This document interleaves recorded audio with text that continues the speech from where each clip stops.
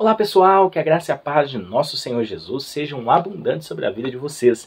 Sou o pastor João Paulo Fonseca, estamos juntos para mais um review e hoje eu quero apresentar nos seus mínimos detalhes o livro E Deus Falou na Língua dos Homens. O autor é o Paulo Von, uma introdução à Bíblia, uma publicação da editora Thomas Nelson Brasil.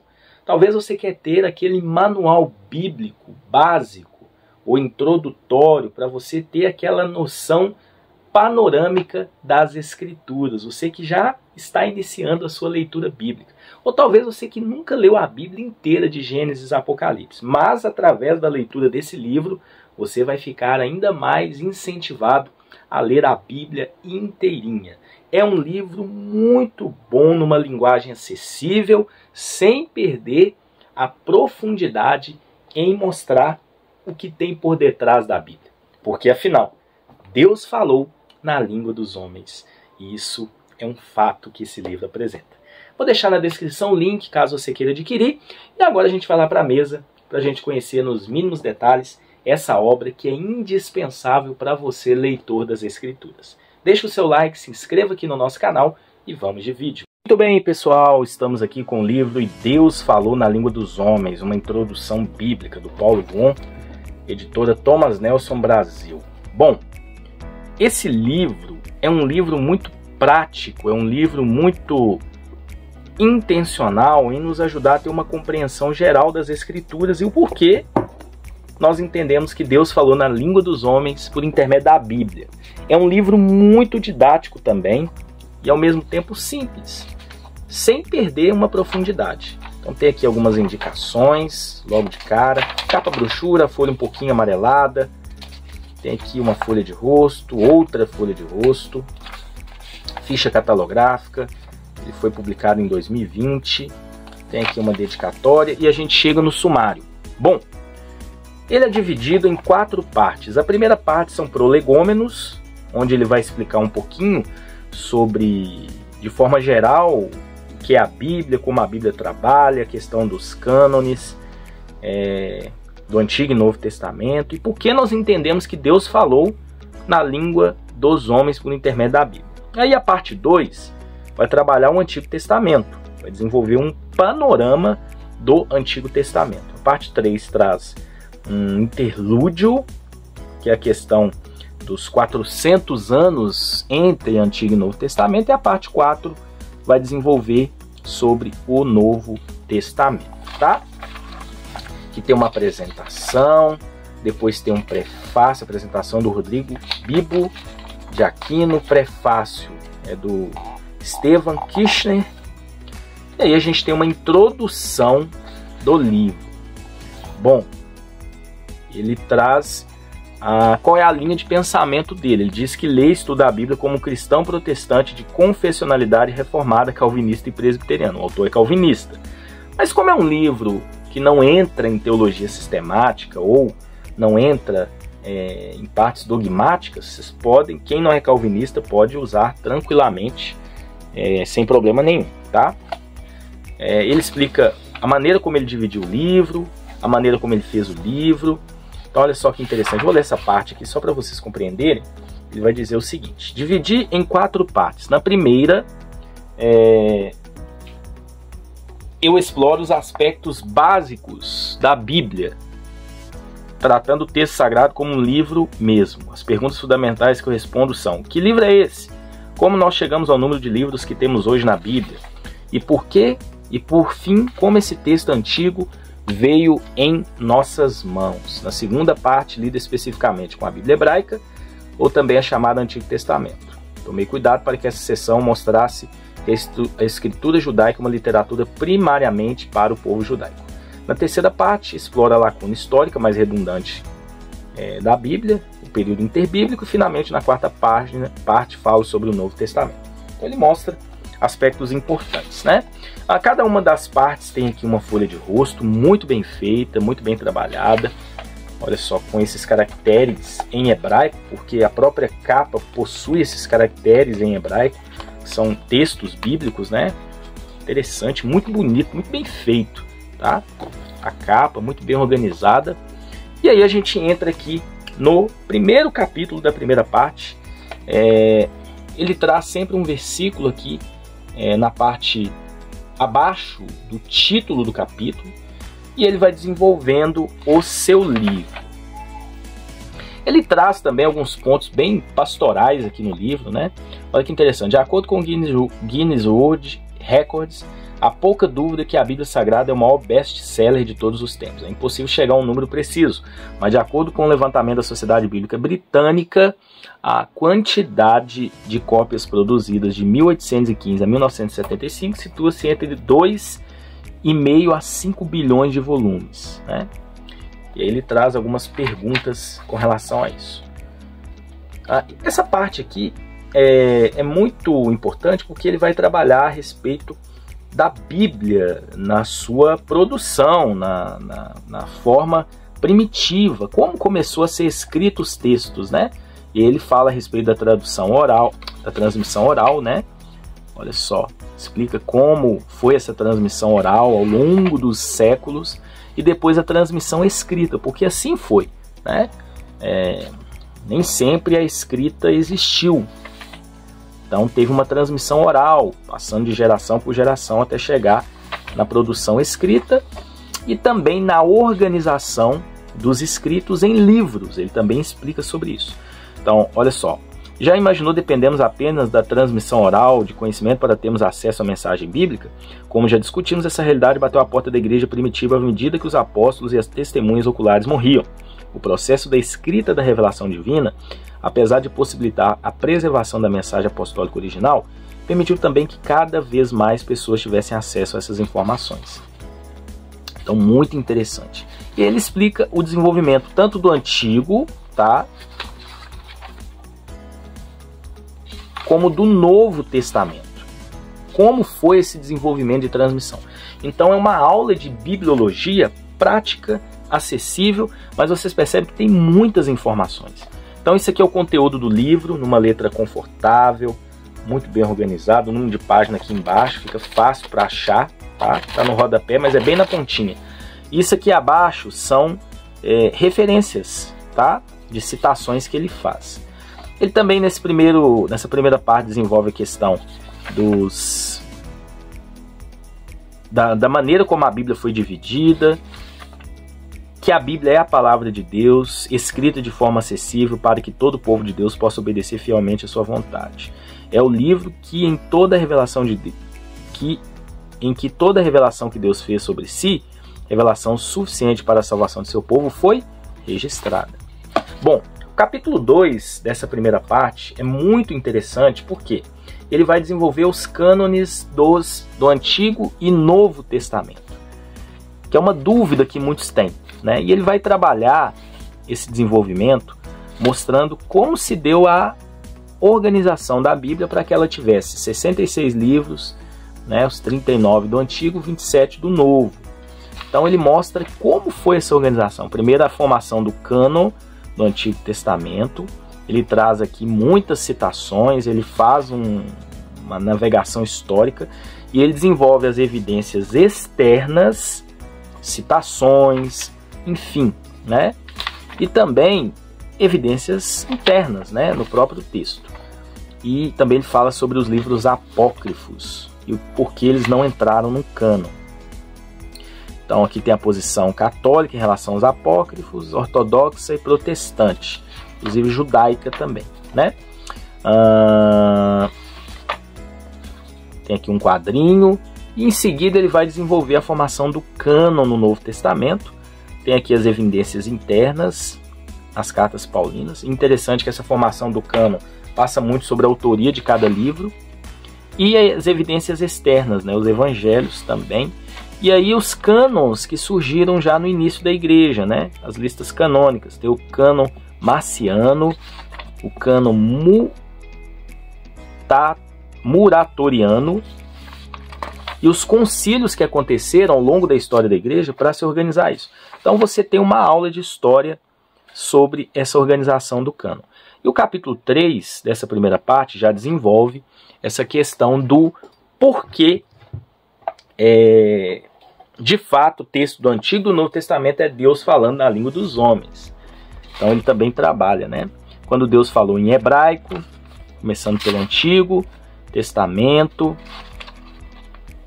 como foi essa transmissão textual anterior ao ano de 300 a.C., então ainda continua navegando a história, a transmissão textual de 300 a.C. até 135 depois de Cristo. O trabalho das cópias, os manuscritos, olha só, tem aqui uma imagem do Códice de Alepo, século V, século X, né? Século X. Estou ruim de algarismos romanos. A transmissão do texto do ano 1000 até 1450. E aí, quando Deus falou em grego, aí já é o Novo Testamento. Ele faz da mesma maneira, tá? A questão do grego koiné, o que é o grego koiné, como foi a questão do grego, o porquê o Novo Testamento foi escrito em grego, ele explica isso, tá?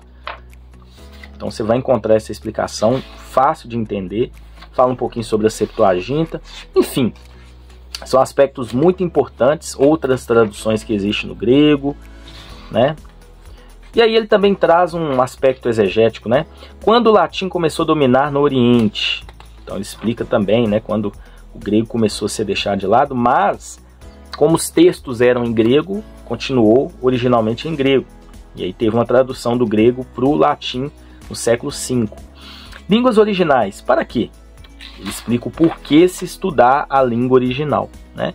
Ele traz, olha que interessante, ele traz até uma comparação, é muito interessante, ó. Mas ler a Bíblia no vernáculo seria como assistir ao mesmo filme em uma televisão de tubo. As imagens da TV digital em alta definição e a TV analógica são as mesmas, recebidas por sinais eletromagnéticos. Entretanto, as TVs digitais nos permitem atentar para detalhes que em uma TV analógica seria impossível localizar. Talvez essa é a razão da pergunta que me dirige constantemente. Qual é a necessidade de se estudar as línguas originais dentro de um mundo tão complexo e dentro de realidades tão atarefadas?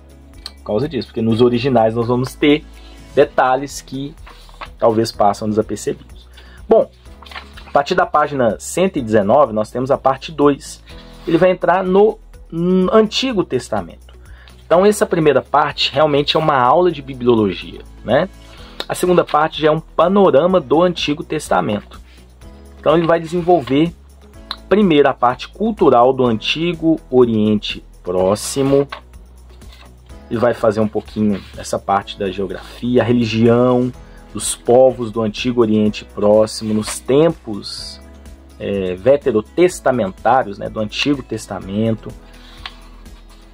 Ele desenvolve muito essa parte histórica também, cultural, da época, antes, né, de Deus falar na língua dos homens. Interessante, né?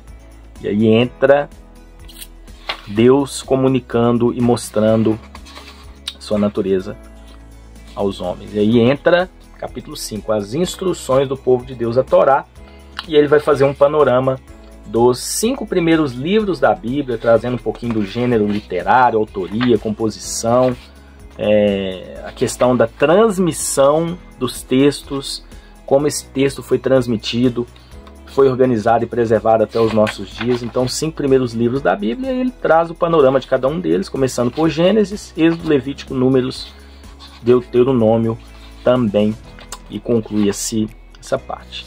Capítulo 6, lembrando que a maneira como ele divide o Antigo Testamento é de acordo com a Bíblia hebraica. Então nós temos lei, profetas e escritos. 3 partes que no final chegam à mesma quantidade de livros que nós temos na nossa Bíblia protestante, tá? Então aqui ele vai trabalhar a parte dos profetas. E aí ele traz aqui o movimento da palavra profética. Deus, aliança, indivíduo, / Israel, obediência, bênção, desobediência, crise, e aí vinha o profeta, arrependimento, desobediência ou destruição, porque o arrependimento gera obediência que traz bênção. Muito legal esse gráfico aqui, viu? Top demais. E aí ele explica como se deu isso, né? Muito importante também.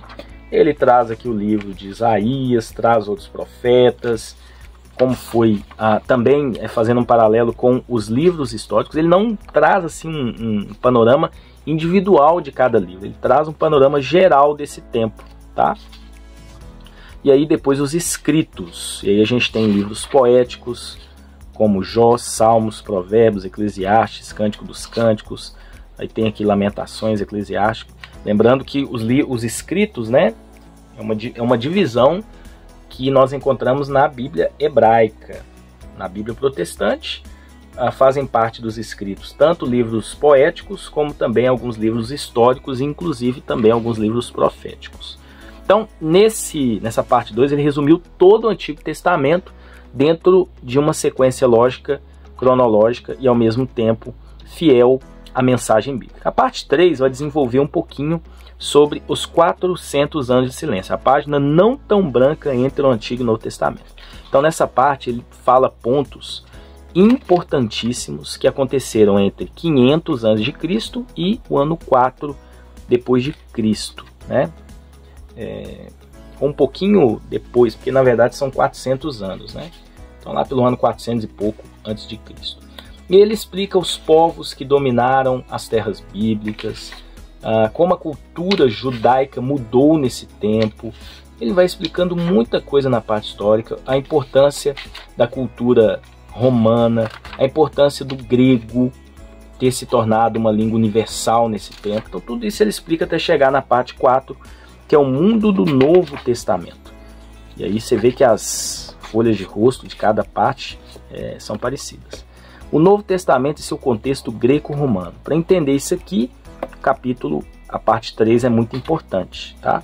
Como era a religião grega e a contribuição que a religião grega deu à religião romana, as expressões individuais que existiam, religiões de mistério. O cristianismo é diferente em que dessas religiões?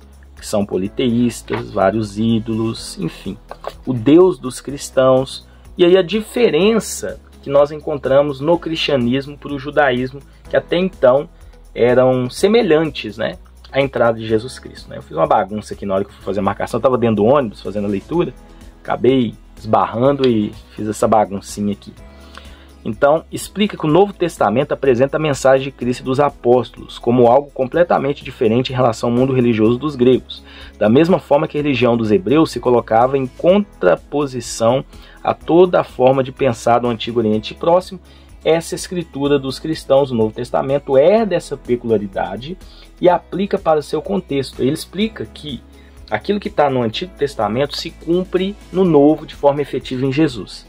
E aí o Novo Testamento se desenvolve nisso, como o cumprimento do Antigo, né? Então ele começa aqui falando dos evangelhos, a questão dos sinóticos, a questão do porquê são conhecidos como sinóticos, como eles foram escritos, como foram estudados ao longo dos primeiros anos da igreja. E até hoje, né, nós encontramos maneiras de avaliar, de entender a questão da redação, das fontes que cada um dos evangelistas tiveram, né? Então tem muita informação relevante. E aí nós entramos, ele depois fecha aqui chegando também no Evangelho de João, como evangelho diferente dos sinóticos. Capítulo 11 vai trabalhar Atos, então a importância do livro de Atos, a importância de focar nisso aqui, né? O evangelho saindo do campo judaico e chegando até os gentios, que ele faz um panorama muito legal nisso, tá?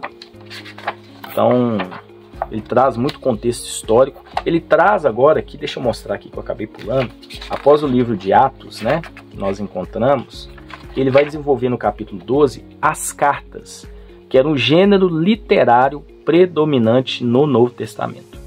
Então, ele explica que as cartas, elas faziam parte do contexto greco-romano. E Paulo usou dessa maneira de se dar uma notícia por intermédio de cartas que ele escreveu a várias igrejas. E aí os apóstolos Pedro, João, o próprio Judas também fez, e outros como Tiago também usaram da mesma maneira, né? E aí tem as cartas paulinas e as cartas não paulinas que ele vai desenvolver. Ele também traz um pouquinho da crítica ao analisar cartas que talvez seria ou não seria de Paulo, enfim, dessas que nós temos na Bíblia, dentro do pensamento mais liberal, né? E aí o capítulo 13, ele sai das cartas e entra no Apocalipse de João, um livro que tem um contexto diferente, tem um gênero literário diferente, aliás, trabalha em 3 gêneros literários, o apocalíptico, o profeta e também o gênero de cartas. Ele explica isso, né? O gênero profético, deixa eu pegar a palavra certinha aqui, é epistolar, e também o gênero apocalíptico, né? Tem aqui as alternativas hermenêuticas de Apocalipse, a visão idealista, preterista, histórico, futurista. Ele explica cada uma delas. E aí ele conclui, e a gente tem um último capítulo, que é uma parte bem pastoral, onde ele ensina a ler a Bíblia de uma maneira clara, acessível, entendível e eficaz para você compreender toda a Bíblia de uma maneira muito legal. Em seguida tem uma bibliografia. E aí nós encerramos o conteúdo do livro na página 400. Vou deixar na descrição o link se você quiser adquirir. Vale muito a pena porque é uma obra maravilhosa para você ter um conhecimento amplo, panorâmico e também bem assim eficaz do que tem por detrás da Bíblia e que realmente Deus falou na língua dos homens por intermédio das Escrituras. Que Deus abençoe vocês e até um próximo vídeo, se Deus assim permitir.